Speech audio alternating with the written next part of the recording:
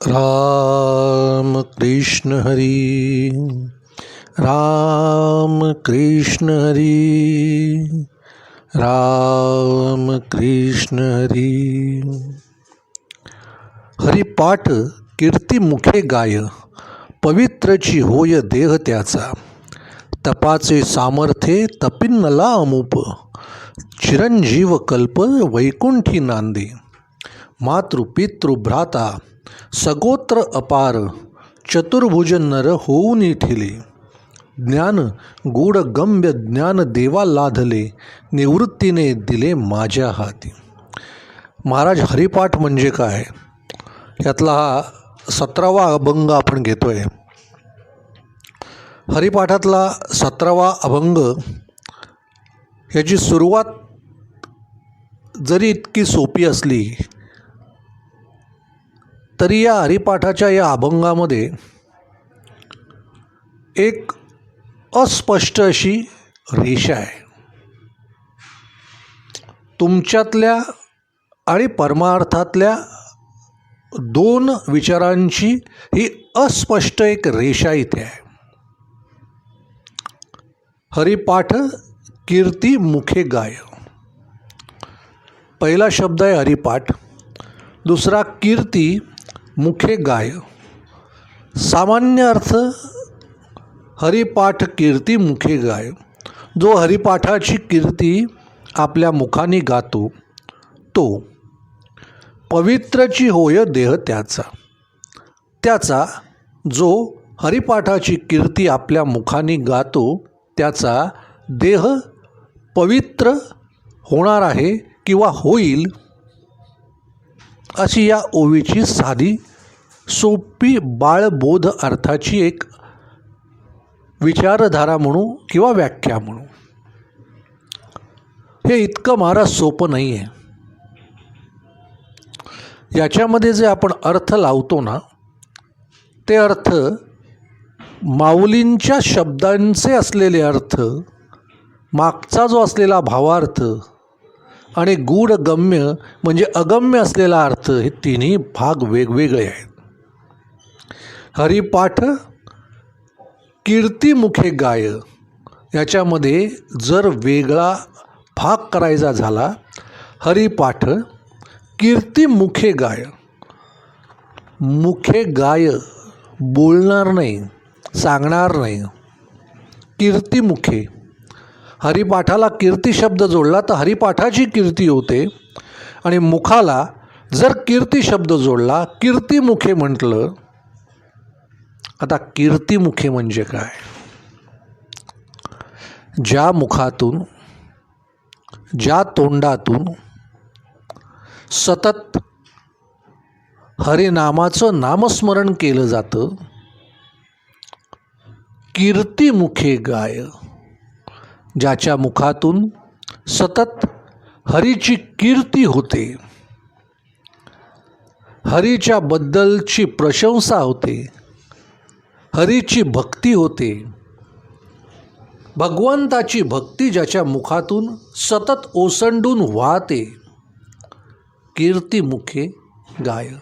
अशा मुखातून ज्या वेळेला हरिपाठाचं गायन होईल, हरिपाठ सांगितला जाईल, हरिपाठ म्हटला जाईल, हरिपाठाचं उच्चारण आणि अर्थासहित सबोध स्पष्टीकरण सर्व जनसामान्यांपर्यंत पोचवलं जाईल,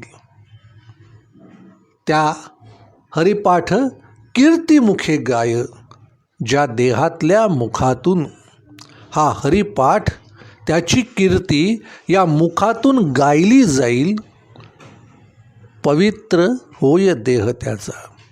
मुखातून हरिनामाची हरिपाठाची कीर्ती गाणारं मुख संपूर्ण 5 इंद्रियांवरती प्रभुत्व मिळवणारा तो देह, 5 इंद्रियांमधून ज्यावेळेला हरिपाठाची कीर्ती मुखे म्हणजे हरिपाठात सांगितल्याप्रमाणे ती 5 इंद्रिय ज्या देहाची त्या कीर्तिरूपे म्हणजे त्या मुखातून गातायत, म्हणजे तसं ती 5 इंद्रिय वागतायत, ती वागल्यामुळे, ते 5 इंद्रिय हरिपाठातल्या सांगितलेल्या नियमानुसार वागल्यामुळे त्या मुखातून हरिपाठाची कीर्ती सहज बाहेर येते. हरीची प्रशंसा बाहेर येते. त्याच्या मुखातून त्याची 5 इंद्रिय, संपूर्ण देह हरिपाठ बोलतोय, चालतोय, जगतोय. नीट लक्षात घ्या महाराज. कीर्ती कधी होईल? ज्या वेळेला एखाद्या माणसाची कीर्ती होते, ज्यावेळेला एखाद्या माणसाचा सन्मान होतो, त्यावेळेला तो काहीतरी विशिष्ट पूर्ण कार्य त्यांनी त्या विचारांच्या बाबतीत, त्या कार्याच्या बाबतीत, त्या असलेल्या संपूर्ण समाजाच्या बाबतीत केलेलं असतं, म्हणून त्याची कीर्ती होते. हरिपाठाची कीर्ती मुखे गाय. हरिपाठाची कीर्ती कधी होईल? हरिपाठाच्या तत्वांवर, हरिपाठाच्या उद्देशांवर जो देह चालेल त्या देहाची कीर्ती होईल. त्या देहाला तो सन्मान मिळेल. त्या देहाला, त्या हरिपाठामध्ये जगणाऱ्या त्या देहाला या समाजामध्ये हा हरिभक्तपरायण आहे, हरीची भक्ती करणारा आहे, अशी त्याची कीर्ती नाव लौकिक रूपात येईल. कधी? ज्या वेळेला त्याची 5 इंद्रिय या हरिपाठाच्या नियमानुसार संपूर्ण आयुष्य या कर्मातून जगतील. हरिपाठ म्हणतोय आणि जर त्यांनी एखाद्याला अपशब्द वापरला, हरिपाठ म्हणतोय पण त्याची गाडी समजा बाहेर कुठे लावलेली आहे आणि त्या गाडीला चुकून जर कोणी हात लावला, तर हरिपाठ म्हणता म्हणता हा तिथून जर शिवी हसडत असेल, तर तो हरिपाठाची कीर्ती मुखे गाय ही असलेली संकल्पना तिथे संपुष्टात येते. हरिपाठाची कीर्ती ही हरिपाठाच्या नियमानुसार जगण्याची केलेली एक प्रशंसा आहे. त्यानुसार जो देह हा जगणार आहे, त्यानुसार त्या देहाला ती कीर्ती आपोआप प्राप्त होते. हा याच्या मागचा उद्देश आहे. हरिपाठावर जगायचं आहे, हरिपाठातल्या तत्वांवर जगायचं आहे. आता महाराज मला सांगा, आपण या हरिपाठाला म्हणतो, गातो का जगतो? हा विचार आहे महाराज. माऊलींनी शब्द लिहिलेत फार सोपे, अर्थ त्याच्यामागे खूप गहन आहे महाराज. याला जोडून पुढची त्यांनी एक ओळ लिहिली आहे ओवीमध्ये. पवित्रची होय देह त्याचा. कोणाचा देह पवित्र होणार आहे? केवळ हरिपाठ म्हणणाऱ्याचा देह पवित्र होणार आहे का? हरिपाठ गाणाऱ्याचा देह पवित्र होणार आहे का? कीर्तीमुखे गाय. हरिपाठाच्या नियमानुसार जगून ज्याने कीर्ती मिळवली आहे, ज्याचा देह हरिपाठाची कीर्ती गातोय, हरिपाठाच्या कर्मावर चालतोय, हरिपाठात सांगितलेल्या नियमानुसार जगतोय, अशाच माणसाची कीर्ती होते. त्या मुखातून हरिपाठ गायला जाईल, त्या माणसाचा देह पवित्र होईल. आता महाराज, देह पवित्र होतो म्हणजे नक्की काय होतं? देहावर काही तुळस उगवते, देहामधनं अमृत बाहेर येतं, लाळेच्या ऐवजी अमृत टपकतं, देह अमर होतो, पवित्र होतो देह. म्हणजे नक्की होतं काय महाराज? आपोआप चंदनाचा वास येतो का देहाला? सांगा ना महाराज. पवित्रची होय देह त्याचा. पवित्र होतो म्हणजे काय? तो अमर होणार आहे का? त्याला मृत्यू नाही का? तो जास्त सुंदर जगणार आहे का? त्याला आजारपण येणार नाही का? नक्की काय महाराज? याच्या मागची काही गणित विचारात करण्यासारखी आहेत, विचारात घेण्यासारखी आहेत. पवित्रची होय देह त्याचा. या ओव्या महाराज, या हरिपाठाच्या ओव्या, अभंगाच्या या ओव्या, या वेगवेगळा विचार या गोष्टींचा आपल्याला करणं महाराज गरजेचं आहे. अनेक विद्वान लोक या ओव्यांना ओलांडून जातात महाराज. या ओव्यांचा अर्थ आपल्याला नीट लागत नाही. एक ढोबळ अर्थ घ्यायचा आणि मग पुढे जायचं, आणि मग त्याच्या मागच्या ओवीचा अर्थ, त्या पुढच्या ओवीचा संदर्भ दोन्ही गोष्टी न समजल्यामुळे त्याच्या पुढची ओवी काहीच समजत नाही. हा अभंगच महाराज असा आहे. या अभंगाला जोपर्यंत पहिल्या 2 ओळींचा अर्थ समजत नाही तोपर्यंत शेवटच्या ओळींचा अर्थ तुम्हाला समजणार नाही. मी सांगतो म्हणून नाही महाराज, तुम्ही प्रयत्न करून बघा. कोणीही या ओव्या समजल्या नाही म्हणून ओलांडून पुढे जाणं हे सहज सोपं आहे. पण ती ओवी तिथेच थांबून त्याच ओवीवरती विचार करून त्याचा विचार संपूर्णपणे मांडणं हा वेगळा भाग आहे. अनेक गोष्टीला पंढरपुरामध्ये अनेक कीर्तनं ज्यावेळेला तुम्ही ऐकाल तर अनेक महाराजांची कीर्तनं आपण ज्यावेळेला ऐकत असतो त्यावेळेला एक प्रमाण या शब्दाचा अर्थ तिथे घेतला जातो. प्रत्येक गोष्टीला प्रमाण असतं. ते प्रमाण देण्याची पद्धत अनेक प्रवचनांमधून मी बघितली. नुकतीच कार्तिकीची वारी झाली. मला पंढरपूरला मी गेलो होतो. एका चांगल्या महात्म्याचं प्रवचन मी ऐकलं. प्रत्येक गोष्टीला प्रमाण देणं, प्रत्येक गोष्टी प्रमाणानुसार पटवून देणं ही प्रवचनाची एक पद्धत आहे. पण महाराज प्रमाणानुसार पटवून देताना अनेक वेळेला मूळ विषय आणि मूळ ओवी याचा अर्थ आणि गाभा तो बाजूला राहतो. अनेक कथा सांगितल्या जातात पण कथेतून त्याचा अर्थ निघत नाही, आणि मग कथा वेगळी आणि ओवीचा अर्थ वेगळा, आणि मग याची समोरची ऐकणाऱ्याची मनस्थिती द्विधा होऊन जाते. त्याला समजत नाही नक्की यातनं घ्यायचं आहे काय.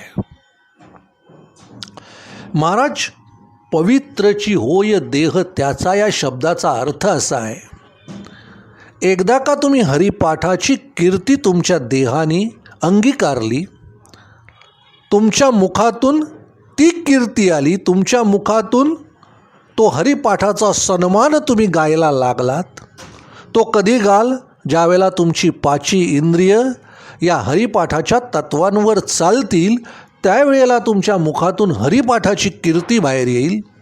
तुमचं मुख हरिपाठाची कीर्ती म्हणायला लागेल, सांगायला लागेल, गायला लागेल, ते सहज घडेल. त्यावेळेला तो देह पवित्र होईल. देह पवित्र होईल म्हणजे अमर होणार नाही, पुण्यवान होणार नाही, फार काही मोठं त्याच्या अंगावर तुळशीची रोपं उगवणार नाहीत, पण त्याच्या देहातून यानंतर हरिपाठावर चालल्यानंतर, हरिपाठाच्या उद्देशांवर चालल्यानंतर त्याच्या देहातून, त्याच्या डोळ्यातून कोणतीही वाईट गोष्ट बघितली जाणार नाही. तो त्याला नकार देईल. त्याच्या समोर आलेल्या त्या वाईट गोष्टी न बघता तो डोळे मिटवून घेईल. मुखातून कोणताही प्रसंग झाला तरी अपशब्द बाहेर पडणार नाहीत. मुखातून कोणतीही गोष्ट वाईट चिंतली जाणार नाही, बोलली जाणार नाही. कानातून एखाद्याची निंदा, नालाष्टी, वाईट गोष्टी ऐकल्या जाणार नाहीत, खरी नाम ऐकलं जाईल. अशा या सगळ्या गोष्टींचा एक विचार ज्यावेळेला तुमच्या समोर येईल त्यावेळेला तुम्हाला त्याचा अर्थ लागेल की हरिविण पवित्रची होय देह त्याचा. या हरिपाठामध्ये देह पवित्र झाला म्हणजे त्याचे हात पवित्र झाले, त्याचे डोळे पवित्र झाले, त्याचे विचार पवित्र झाले, त्याचे मन पवित्र झालं म्हणजे तो विचार करताना सुद्धा भगवंताच्या हरिपाठाच्या नियमानुसारच विचार करेल. हाताने जी गोष्ट करायची ती भगवंताच्या मर्जीने चालणाऱ्या सुयोग्य गोष्टीच तो करेल. चालताना चांगल्या ठिकाणीच त्याची पावलं आपोआप वळतील, तो दुसऱ्या इतर ठिकाणी जाणार नाही. या सगळ्या गोष्टींचा महाराज विचार ज्यावेळेला तुम्ही कराल त्यावेळेला तुम्हाला समजेल हरी पाठ कीर्ती मुखे गाय म्हणजे काय. संपूर्ण देहच महाराज, म्हणून त्या देहाला पवित्र होण्याचं रूप आहे. त्याच्यातनं वाईट गोष्ट घडणारच नाही. त्याच्या मुखातून, तोंडातून, कानातून आणि मग 6वं त्याचं मन, ही 5 इंद्रिय नाक, डोळे, तोंड, कान आणि ही त्वचा, या तिथल्याच शिराच्या अवयवातून त्या पंचेंद्रियामधून वाईट गोष्टीला थारा नाही. आणि मग 6वं मन, हे 6वं मन आपोआप हरीचाच विचार करेल, हरीच्याच सानिध्यात रममाण होईल, हरीच्याच बरोबर या मनाला आनंद वाटेल, असा तो देह पवित्र होईल. त्या देहात आता दुसरं काहीच नाही. हे तुकाराम महाराजांच्या बाबतीत घडलं, म्हणून मृत्यू त्यांना पकडू शकत नाही. त्यांच्या देहाला मृत्यूला घेऊन जाण्याची आज्ञा नाही. महाराज, आपण या हरिपाठावरती जगतो का? हरिपाठाच्या नियमानुसार वागतो का? हा इथे पहिला प्रश्न माऊलींनी केला आहे. ढोबळ हे आहे, ओवी आहे. प्रश्न आहे महाराजा. तपाचे सामर्थ्य तपिन्नला अमूप, चिरंजीव कल्प वैकुंठी नांदे. तपाचे सामर्थ्य तपिन्नला अमूप. यामध्ये तपाचं सामर्थ्य, कोणत्या तपाचं सामर्थ्य? तपाचं कोणतं सामर्थ्य महाराज? तपाच्या सामर्थ्यामध्ये विचार करा महाराज. तपाचं सामर्थ्य याचा अर्थ 14 वर्ष एखाद्या गोष्टीची केलेली उपासना म्हणजे महाराज तप आहे. आणि या तपाच्या सामर्थ्यातून तपिन्नला अमूप, अनेक गोष्टी त्याला आत्मसात झालेल्या आहेत, अनेक गोष्टी त्याला सिद्ध झालेल्या आहेत, अनेक गोष्टी सिद्धिरूपास आलेल्या आहेत. उदाहरण द्यायचं झालं तर महाराज चांगदेव महाराजांचं देता येईल. तपाचे सामर्थ्य तपिन्नला अमूप. चांगदेव महाराजांनी इतकं तप केलं, इतकं सामर्थ्य केलं की सजीवावरती त्यांचं प्रभुत्व होतं महाराज.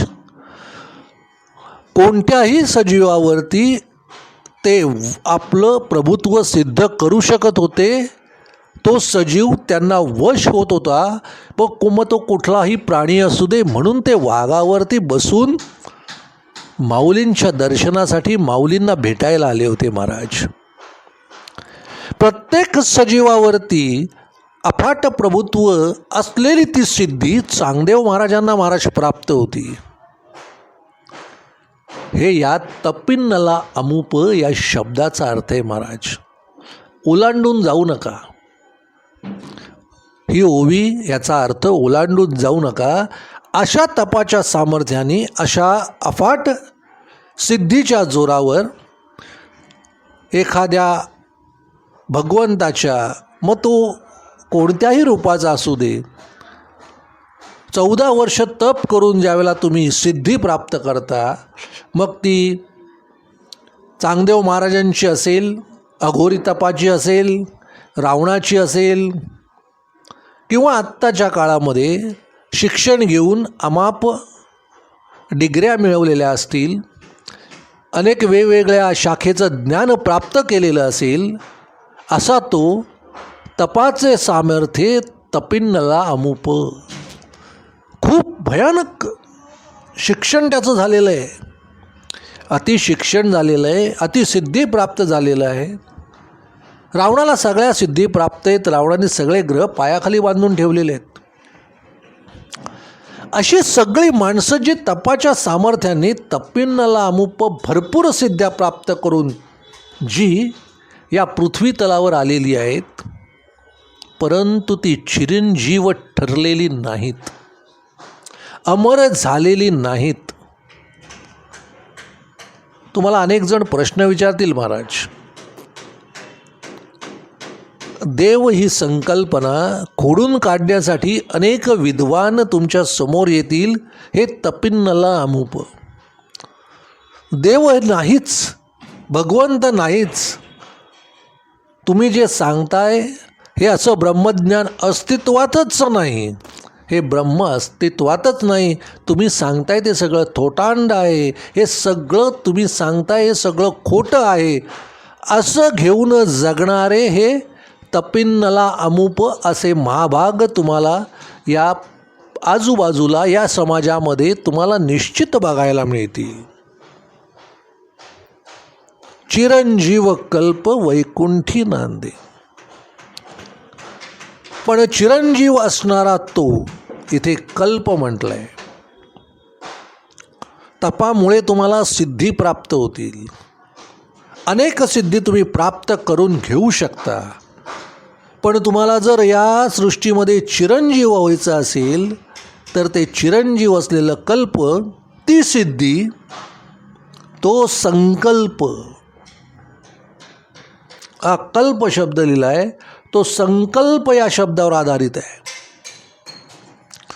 चिरंजीव कल्प, चिरंजीव संकल्प, एकाच गोष्टीचा संकल्प करून तप करून त्याची मिळवलेली सिद्धी आणि चिरंजीव संकल्प वैकुंठी नांदे.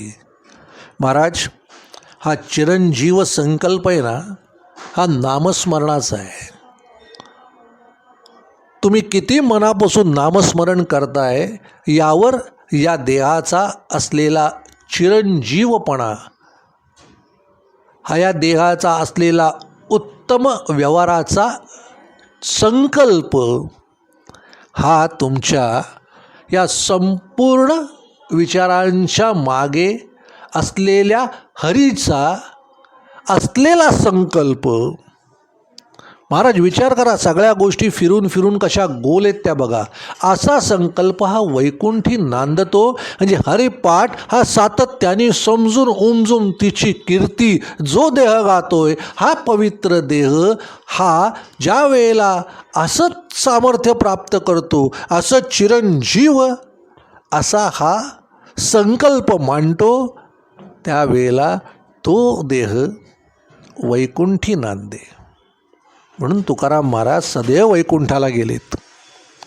तो देह ज्याने मुखाने कीर्ती गायली आहे, ज्याने हरिपाठावर जो चालला आहे, जो या हरिपाठावर चालून त्याची पंचेंद्रिय या सृष्टीमध्ये मनासहित हरिपाठातमध्ये रममाण आहेत, हरीशी संलग्न आहेत, हा देह पवित्र झालेला देह, हरिपाठाचा घेतलेला संकल्प, नामस्मरणाचा घेतलेला संकल्प, हा संकल्प चिरंजीव आहे, तो वैकुंठात नांदणार आहे. आता तुम्हाला ओवी समजेल. महाराज, माऊलींनी जोपर्यंत मला तो अर्थ समजून उमजून मला जोपर्यंत तो भावत नाही, जोपर्यंत मला त्या अर्थावरती मला स्वतः अनुभव घेता येत नाही, तोपर्यंत अर्थच न सांगावा असं माझं स्वतःचं मत आहे महाराज.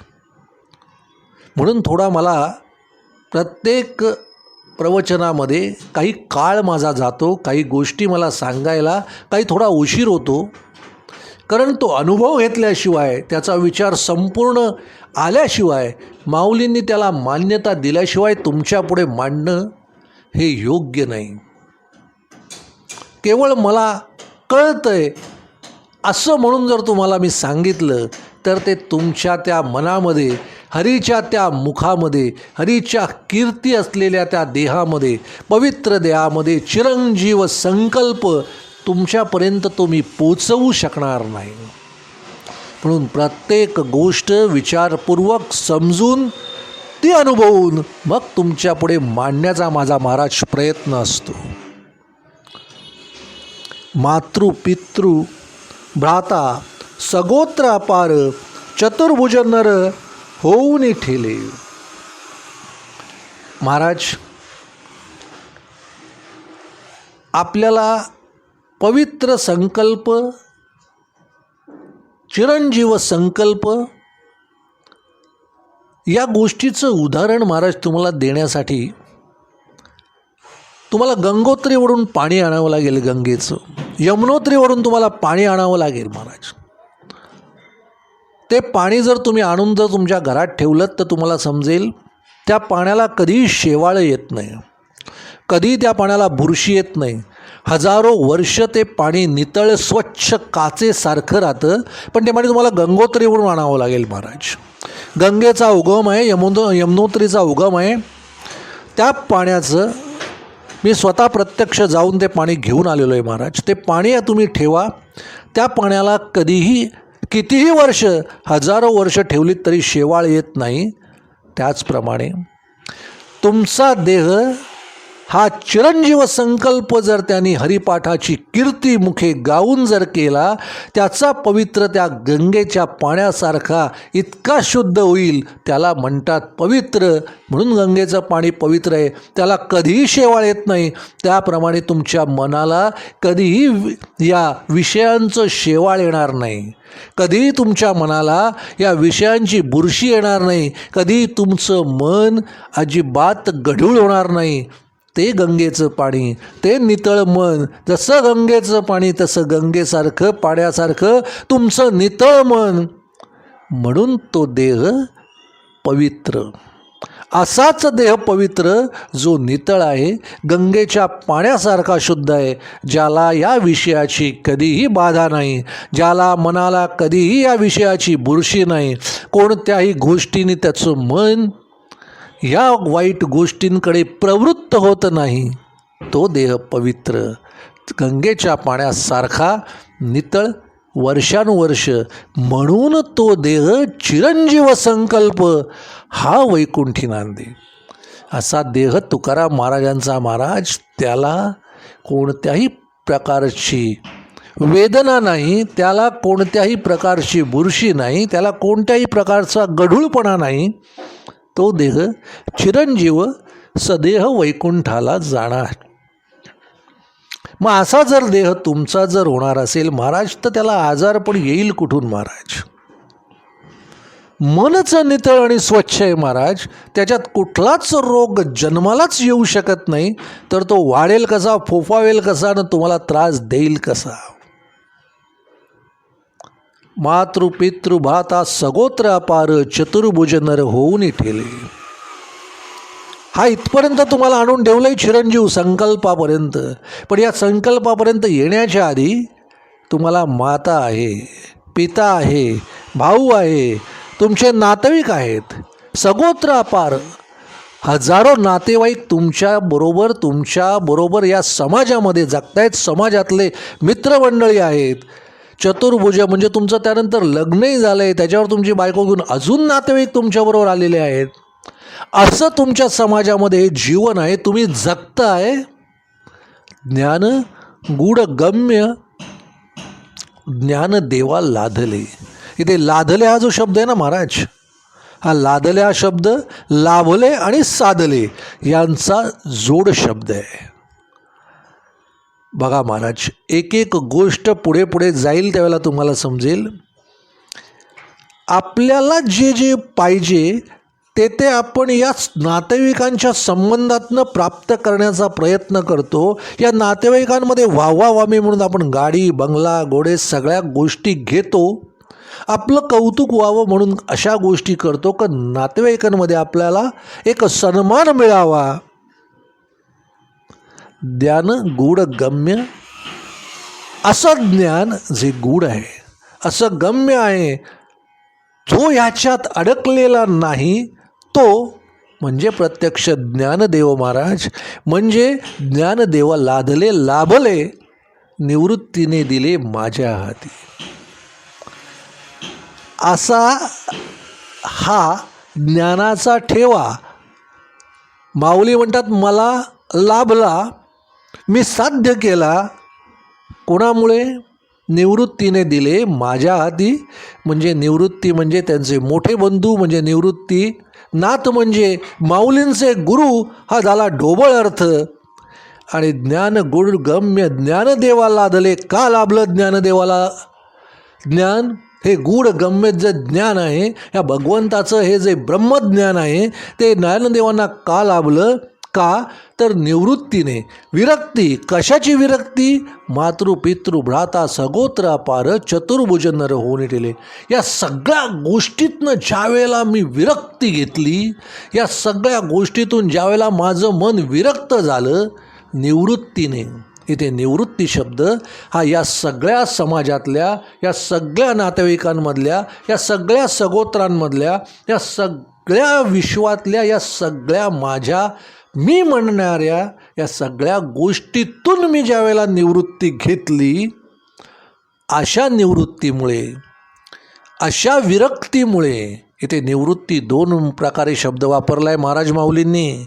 निवृत्ती या समाजातल्या, या सगळ्या सगोत्रातल्या, नातेवाईकांमधल्या, या सगळ्या संसारातल्या सगळ्या सुख व गोष्टी ज्या आहेत, म्हणजे ती माझी बायको असेल, माझी मुलं असतील, माझे नातेवाईक असतील, आईवडील असतील, या सगळ्या मोहाच्या गोष्टींपासून ज्या वेळेला मी निवृत्ती घेतली त्यावेळेला ते अगम्य गूढ ज्ञान मला लाभणार आहे, मला साध्य करता येणार आहे, ते मला साधणार आहे.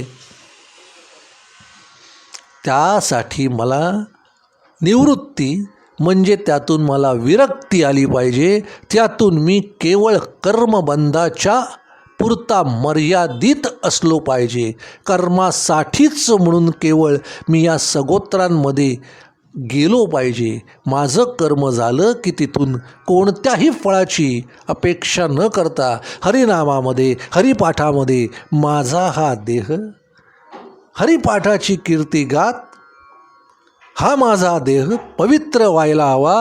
कोणत्याही परिस्थितीत या समाजात जगताना हरिपाठाला न सोडता माझ्या देहातली संपूर्ण असलेली ही 5 इंद्रिय या हरिपाठाच्या तत्वावर जगली पाहिजेत. त्याच्यामुळे माझं मन हे नितळ गंगेसारखं पवित्र होईल आणि ते पवित्र मन हा चिरंजीव संकल्प आयुष्यभर मी कायमस्वरूपी सतत शेवटच्या टोकापर्यंत चिरंजीव असा संकल्प मी पूर्ण करू शकेन.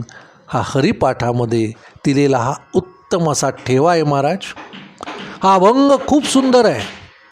ढोबळ अर्थ घेतलात तर तुम्हाला लक्षात येणार नाही.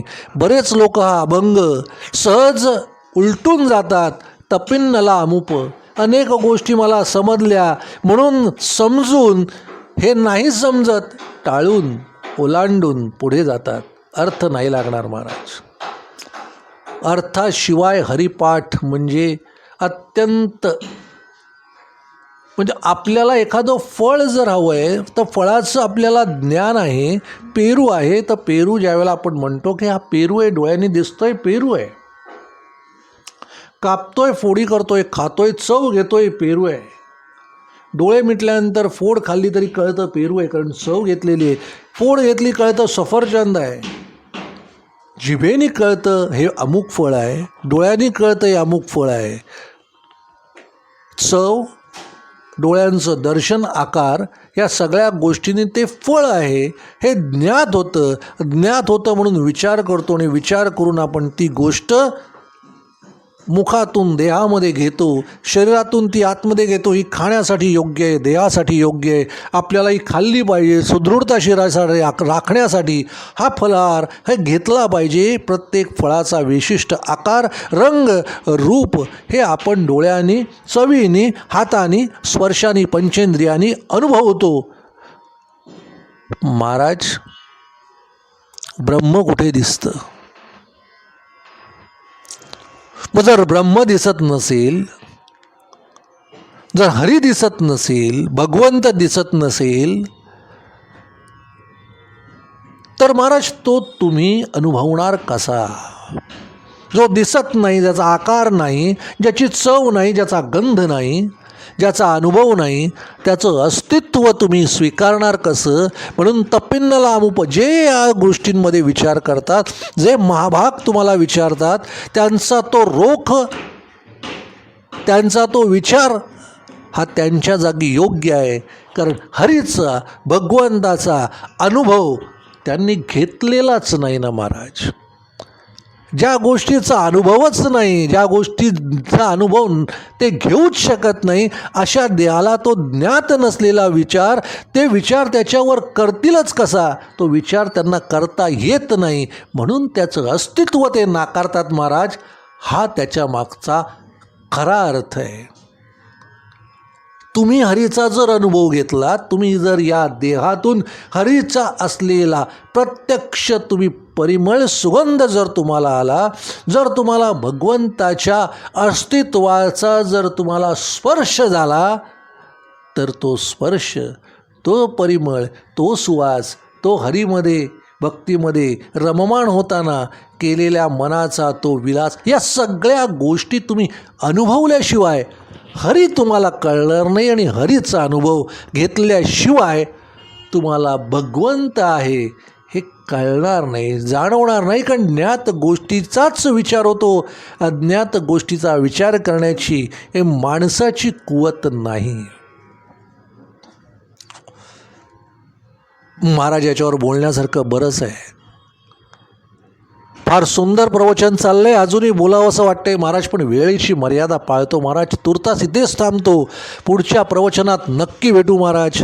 तोपर्यंत राम कृष्ण हरी, राम कृष्ण हरी, राम कृष्ण हरी. महाराज एक सूचना आहे. अनेक जण मला विचारतात की महाराज आम्ही नामस्मरण करतो पण नामस्मरण करायची एक पद्धत सांगा. महाराज पद्धत हा विषय नाही आहे. महाराज तुमच्या मनाची एक संभाव्य स्थिती ज्या वेळेला उत्तम असते ती म्हणजे सकाळची वेळ. ज्या वेळेला आपण सकाळी उठता त्यावेळेला आपल्या सोयीसाठी आत्मसंयम योग प्रवचन 95मध्ये मी एक 20 मिनिटाचं नामस्मरण त्याच्यामध्ये केलेलं आहे. हे नामस्मरण आपण ऐका.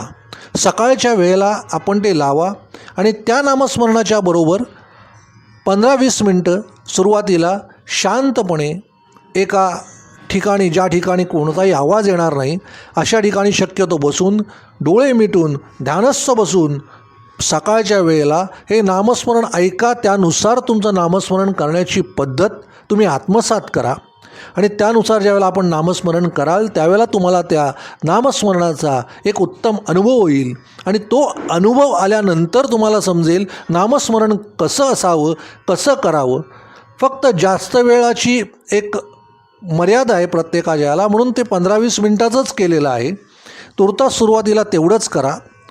तुम्हाला ज्यावेळेला शांत ध्यानस्थ म्हणून डोळे मिटून ज्यावेळेला तुम्ही ते नामस्मरण कराल त्यावेळेला तुम्हाला या सगळ्या गोष्टीचा, हरिपाठाच्या मध्ये असलेल्या नामस्मरणाचा किंवा या सगळ्या गोष्टींचा विचार अनुभवता येईल. कारण तो अनुभव प्रत्यक्ष तुम्हाला स्वतः घ्यायचा आहे. यासाठी ते नामस्मरण आहे. ते नामस्मरण ऐका. त्यानुसार नामस्मरण ध्यानस्थ होऊन सकाळी उठल्यानंतर करा आणि तो आलेला अनुभव तुम्हाला ज्यावेळेला त्याचा अनुभव येईल तो अनुभव निश्चित मला सांगा. तुमच्या या अनुभवासाठी आणि तुम्ही तो अनुभव घ्यावा यासाठी नामस्मरणाचं हे आत्मसंयम 95व्या प्रवचनामध्ये 20 मिनिटाचं नामस्मरण मी मुद्दामून तिथे केलेलं आहे. त्याचा आस्वाद जरूर घ्या आणि नामस्मरणाला आजपासून सुरुवात करा. महाराज विचार नामस्मरणाचा तुम्ही करताय तेही योग्य आहे, परंतु प्रत्येकाला त्याची लय सापडत नाही. तो मंत्र कसा म्हणावा त्याची लय मी तिथे टाकलेली आहे आणि ती लय एकदा तुम्हाला सापडली का तुम्हाला त्याचा धीर गंभीरपणा आपोआप आत्मसात होईल आणि त्या गंभीरपणामुळे तो अनुभव जो तुम्हाला अपेक्षित आहे तो त्यातून निश्चितच साध्य होईल. महाराज तो निश्चित आपण ऐकावा.